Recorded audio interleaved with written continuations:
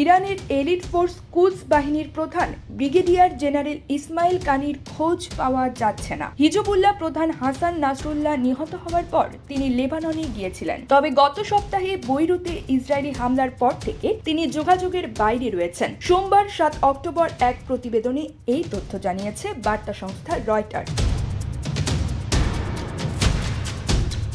প্রতিবেদনে বলা হয়েছে, ইরানের কুদস ফোর্সের কমান্ডার ইসমাইল কানি গত সপ্তাহের শেষের দিকে বৈরুতে হামলার পর থেকে যোগাযোগের বাইরে রয়েছেন বলে ইরানের 2 সিনিয়র নিরাপত্তা কর্মকর্তা রয়টার্সকে জানিয়েছে।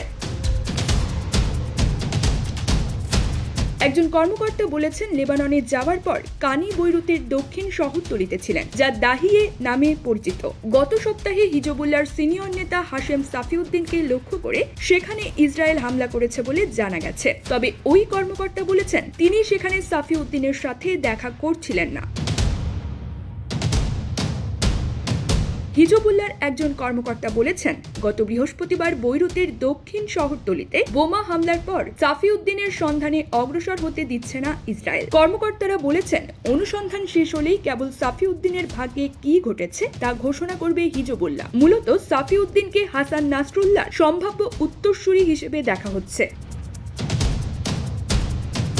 অন্যদিকে বৈরুতে ইসরায়েলি হামলায় কানি নিহত হতে পারে এমন প্রতিবেদন সম্পর্কে জানতে চাইলে ইসরায়েলের সামরিক মুখপাত্র লেফটেন্যান্ট কর্নেল নাদাব শোশানি বলেন, হামলার ফলাফল এখনও মূল্যায়ন করা হচ্ছে। News desk, UKBD Times.